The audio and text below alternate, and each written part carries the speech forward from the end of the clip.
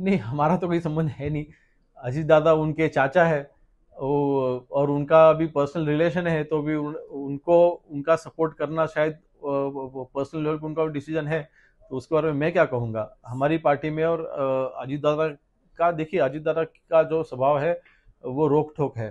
उन्होंने कभी पीठ पीछे कभी उन्होंने कभी भी पॉलिटिक्स की नहीं, या फिर कुछ भी बोलते वक्त भी वो हमेशा से वो स्ट्रेट फॉरवर्ड रहे हैं। तो मेरे ख्याल से इसी मामले को लेकर शायद उन्होंने उनको सपोर्ट किया रहेगा। नेपाल की अगर हम परिस्थिति देखें तो काफी विकट जो है वो परिस्थिति होती जा रही है। सेंट्रल एजेंसीज हो या होम मिनिस्ट्री हो, उनसे लगातार कुछ कांटेक्ट चल रहा है, या सीएम डीसीएम के साथ कुछ बैठकें चल रही हैं राज्य सरकार की? नहीं, हमारे जितने भी महाराष्ट्र के लोग वहाँ पे जो अटके हैं, उनकी सेफ्टी के लिए एम्बेसी के हम टच में भी बिल्कुल है। उनकी सेफ्टी के लिए वहाँ के जो कंसर्न ऑफिसर्स है उनके हम संपर्क में है। और जो भी लगभग 100 के आसपास आंकड़ा अभी तक हमारे पास आया है, शायद उससे ज़्यादा भी शायद हो सकते हैं, लेकिन अभी तक 100 का आंकड़ा लगभग हमारे पास आया है। तो वो 100 के 100 जनों के साथ में भी हम संपर्क में हैं। और उनकी सेफ्टी के लिए जो भी स्टेप्स उठाने ज़रूरी है हम उठा रहे हैं उनके, और उनको अश्योर करते हैं कि आप वहाँ पे भी अगर आप हो, आप सेफ हो। और जो भी अभी सिचुएशन पता चल रही है कि आज के दिन में तो पूरी वहाँ पे शांतता बरकरार है, तो मेरे ख्याल से situation day by day better होगी, तो उनको वापस बिल्कुल लाया जाएगा। सर, इसी से जुड़ा एक सवाल था कि नेपाल में जो स्थिति है उसको लेकर सोशल मीडिया पे काफी ज्यादा ट्रेंड चल रहा है कि इंडिया में भी ऐसा हो सकता है। ऐसे काफी सारे हैंडल्स है जो लिख रहे हैं, तो क्या आपका जो इंटेलिजेंस डिपार्टमेंट है उन तमाम ये सोशल मीडिया देखिए, पे नजर रखता है? ये नेपाल में क्यों हुआ ये समझना बहुत ज़रूरी है। इंटरनेशनल पॉलिटिक्स में मेरी कुछ पीएचडी नहीं है, लेकिन नेपाल के ऊपर चाइना का इन्फ्लुएंस, ये भी एक ऐसा एक एंगल है जिसको भी विचार होना चाहिए।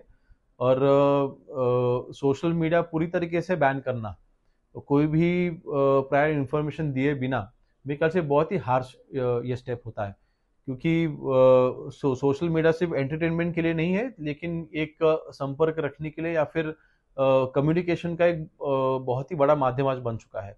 तो मेरे ख्याल से ये ऐसे डिसीजंस जब भी होते हैं तो बिल्कुल अनरेस्ट होता है, तो उसका ये मुख्य कारण है। लेकिन चाइना का एंगल भी इसमें शायद हो सकता है, ये मेरा एनालिसिस है, कोई मेरा पर्सनल एनालिसिस है, कोई पॉलिटिकल में नहीं बोल रहा हूँ मैं, कोई या फिर कोई इन्फॉर्मेशन के आधार पे मैं नहीं बोल रहा हूँ, लेकिन जो मेरा जी इसमें जो मानना है वो ऐसा है।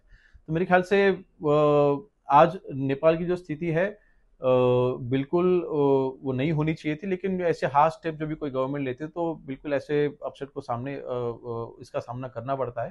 तो मेरे ख्याल से इस सभी मुद्दों को मतलब स्टडी करते हुए महाराष्ट्र सरकार का तो थेट मतलब डायरेक्टली वहाँ पे कोई कनेक्शन फिलहाल तो है नहीं, लेकिन इसमें पॉलिटिकली जो भी मेरे ख्याल से स्टेप उठाने जरूरी है वो हमारी सरकार जरूर उठाएगी। इसमें सर एक एडिशन ये है कि युवाओं को भड़काने का प्रयास हमारे देश में खासतौर में महाराष्ट्र में भी हो रहा है क्या? अलग अलग मेथड, खासतौर जैसे इन्होंने कहा सोशल मीडिया का इस्तेमाल, आप लोग नजर रखे हुए सोशल मीडिया पर देखिए, सोशल मीडिया के माध्यम से अगर कोई राइट्स खड़े करना या फिर राइट्स क्रिएट करना या फिर गलत मैसेजेस स्प्रेड करके या फिर रूमर स्प्रेड करके एक अनरेस्ट तैयार करना, बिल्कुल ऐसे जो घटक होते हैं हमारी उनके ऊपर कड़ी नज़र होती है। और हमारी केंद्र सरकार हो या फिर राज्य सरकार हो, हमारी सोशल मीडिया के बारे में जो हमारी पॉलिसी है वो भी काफ़ी स्ट्रिक्ट है। और हमारी इंटेलिजेंस जो है वो वर्ल्ड में नंबर 1 है। और हमारी पुलिस यंत्रणा जो है, हमारा साइबर बैकग्राउंड जो है वो भी काफ़ी स्ट्रांग है। तो जब भी ऐसे कोई एंगल से, कोई गलत एंगल से अगर कोई रूमर स्प्रेड करना चाहता है तो वो तुरंत उसको कट करना, वो सोशल मीडिया पे उसको रोकना, उसमें भी हम काफ़ी अच्छा काउंटर कर पाते हैं। तो क्योंकि हमारी वो यंत्रणा स्ट्रांग है, इसलिए इसका इफेक्ट हमने आज तक कभी होने नहीं दिया है। होते हैं ऐसे कुछ लोग जो जानबूझ के ऐसा अनरेस्ट क्रिएट करना चाहते हैं, लेकिन हमारी जो यंत्रणा है वो बिल्कुल स्ट्रांग है, इसलिए हम हमेशा उसको कर्व करते आए हैं। नेपाल में स्थिति काफी विकट है, ऐसे महाराष्ट्र के भी कुछ लोग फंसे, ऐसी जानकारी आ रही है। अब तक राज्य सरकार के पास क्या जानकारी और किस तरह से आप बाहर लाने का प्रयास कर रहे हैं? जो प्राइमरी इंफॉर्मेशन जो अवेलेबल है, लगभग 100 के आसपास महाराष्ट्र के नागरिक वो नेपाल में वहाँ पे है। कुछ उनमें से एयरपोर्ट पे है, कुछ है वो होटल में है, कुछ अलग अलग जगह पे है। और सभी से हमारा सभी 100 के 100 जन जितने भी है वो सभी हमारे संपर्क में है। और उनकी सेफ्टी के लिए वहाँ की जो संस्था है उनसे हमारी बात भी हो चुकी है, हम एम्बेसी से भी हम संपर्क में है। और भारत सरकार की तरफ से भी उनको उनकी सेफ्टी के लिए जो भी मेजर्स लेने जरूरी है वो लिए जा रहे हैं। इसके अलावा संजय राउत ने कहा है कि नेपाल की जो स्थिति है वैसी देश दुनिया में किसी भी देश में हो सकती है, उनका इशारा भारत में था।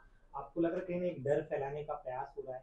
देखिए, अटकलें लगाना, झूठ फैलाना और एक खुद का प्रोपेगेंडा तैयार करके उसको पॉलिटिसाइज करना, मेरे ख्याल से इसके अलावा उनकी पार्टी में फिलहाल अभी करने के लिए और कुछ बचा नहीं है। इलेक्शन हार चुके हैं, महायुति की सरकार महाराष्ट्र में, एनडीए की सरकार भारत में बहुत ही अच्छी तरीके से परफॉर्म कर रही है। उपराष्ट्रपति जी के इलेक्शन में भी हमने देखा कि मेरे ख्याल से 452 वोट्स मिले हैं, जो 437 हमारी स्ट्रेंथ होके भी उससे ज़्यादा वोट्स अभी हमें हमें मिलते हैं। तो इसका मतलब स्पष्ट है कि उनके पास जो एमपीज है वो भी उनके साथ में खुश नहीं है, वो आज हमारे साथ आना चाह रहे हैं। और मेरे ख्याल से आगे आगे बढ़कर मोदी जी के नेतृत्व में हमारी सरकार तो फिर से आने वाली ही है, लेकिन जो ताकत पहले से भी ज़्यादा आज एनडीए सरकार की भारत में हमें देखने मिल रही है, महाराष्ट्र में महायुति की ताकत हमें देखने मिल रही है। उद्धव जी आज राज ठाकरे से मिलने गए थे, दावा किया था कि दोनों भाई साथ आएंगे तो महायुति के लिए बड़ी मुश्किलें होने वाली है। नहीं, मुझे नहीं लगता, मैंने पहले भी कहा था कि ये जो भी पॉलिटिक्स वो कर रहे हैं वो सिर्फ मराठी वोटर्स के लिए कर रहे हैं। अब मराठी वोटर्स को पता है कि 25 साल हाथ में महानगर पालिका होने के बावजूद मुंबई के वेस्टर्निटी के अंदर से, मुंबई के अंदर से मराठी व्यक्ति के लिए उन्होंने कुछ किया नहीं है। इनफैक्ट जो भी हमारा परसेंटेज था वो कम ही हुआ है मराठी भाषिक के लिए। उनके उनके लिए अफोर्डेबल हाउसेस, उनके लिए अच्छी स्कीम्स, ये महानगर पालिका के माध्यम से कभी लॉन्च नहीं की, क्या अदरवाइज उन्होंने कभी ये स्टेप्स भी उठाए नहीं। हालांकि जब वो खुद 2.5 साल के लिए मुख्यमंत्री थे, उनके पास अपॉर्चुनिटी थी, उनके पास मुंबई के लिए, वो मुंबई में रहने वाले मराठियों के लिए करने के लिए उनके पास जब भी एक अपॉर्चुनिटी थी, तभी उन्होंने वो भी, मेरे ख्याल से तभी भी उन्होंने कुछ किया नहीं। तो ये मराठी व्यक्तियों को पता है। और अभी ये जो पॉलिटिक्स चल रहा है वो सिर्फ महानगर पालिका चुनाव जीतने के लिए ये सब पॉलिटिक्स चल रहा है कि अगर हम साथ में नहीं आए तो मराठी वोटर्स हमसे जो दूर चले गए हैं वो हमेशा के लिए चले जाएंगे। तो इसलिए मेरे ख्याल से इनका ये आखिरी प्रयास है, लेकिन मुझे लगता है उनमें वो यशस्वी होंगे नहीं। इसके अलावा मराठा आरक्षण के मुद्दे पर ओबीसी वर्सेस मराठा होने की स्थिति जो है वैसी नजर आ रही है, तो प्रशासन की ओर से क्या प्रयास किया जाए ताकि तनाव बढ़े नहीं? देखिए, हमने पहले दिन से कहा है कि जब भी मराठा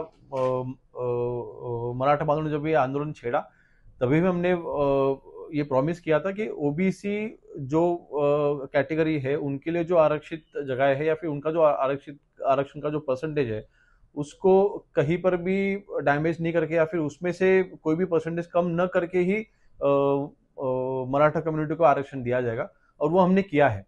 ओबीसीओ को हम फिर से यही अश्योर करते हैं कि आपका जो भी परसेंटेज है उसमें बिल्कुल हम किधर भी हम परसेंटेज हम उसको कम नहीं करेंगे या फिर आपके आरक्षण को कहीं पर भी धोखा नहीं है। जो भी लीगली हम कर सकते तो हमने किया है। इसलिए मेरे ख्याल से कुछ ऐसे घटक महाराष्ट्र में है जो ओबीसी विरुद्ध मराठा ये झगड़ा बढ़ाना चाहते हैं, क्योंकि उनको कुछ ऐसे पार्टियां हैं जिन्होंने कास्ट में, जातियों में झगड़ा लगा के खुद की पार्टी ग्रो की है। तो मेरे ख्याल से उनका ये प्रयास है, लेकिन ये यशस्वी होगा नहीं। इनको मेरा विश्वास है कि मराठा और ओबीसी ये साथ मिलके ही महाराष्ट्र में अच्छी तरीके से रहेंगे और इनमें कोई भी इशू होगा नहीं। सर, संजय राउत ने ऐसा आरोप लगाया है कि maximum cross voting vice president के चुनाव से महाराष्ट्र से। ये देखिए, अभी क्रॉस वोटिंग किसने की या फिर किसके वोट फूटे हैं ये तो पूरी दुनिया ने देखा है। जहां पर हमारी स्ट्रेंथ ही लगभग 237 के आसपास थी, वहां पे हमें अगर 437 के आसपास थी, वहां पे हमें 452 वोट्स मिलते हैं। तो किसी ना किसी को तो वोट टूटे हैं ना, अपोजिशन पार्टी में से वोट टूटे हैं। तो मेरे ख्याल से आज तक उन्होंने, यूबीटी के पार्टी ने कभी भी उनकी डिफीट उन्होंने एक्सेप्ट नहीं की है, उनकी गलतियां उन्होंने कभी एक्सेप्ट नहीं की है। तो हम उनको ये, मेरे ख्याल से एक इस इलेक्शन के माध्यम से उनको फिर से एक संदेश उनके एमपीज ने या फिर उनके कार्यकर्ता ने उनको दिया है कि अगर आप हमें नहीं संभालोगे, अगर आप खुद की पॉलिटिक्स करते रहोगे, हम भविष्य में आपके साथ छोड़ सकते हैं, ऐसा संदेश उनके ही पार्टी के एमपीएस ने और कार्यकर्ता ने उनको दिया। अगर वो उनको समझ में आता है तो ठीक, अगर नहीं आता है तो वो खुद के ही, वो मेरे ख्याल से बोलता है ना इंग्लिश पे को स्टे इन ए बबल, तो मेरे ख्याल से वो उनके, अगर उनके खुद के बबल के अंदर रहेंगे तो कभी ना कभी वो बबल फूटेगा।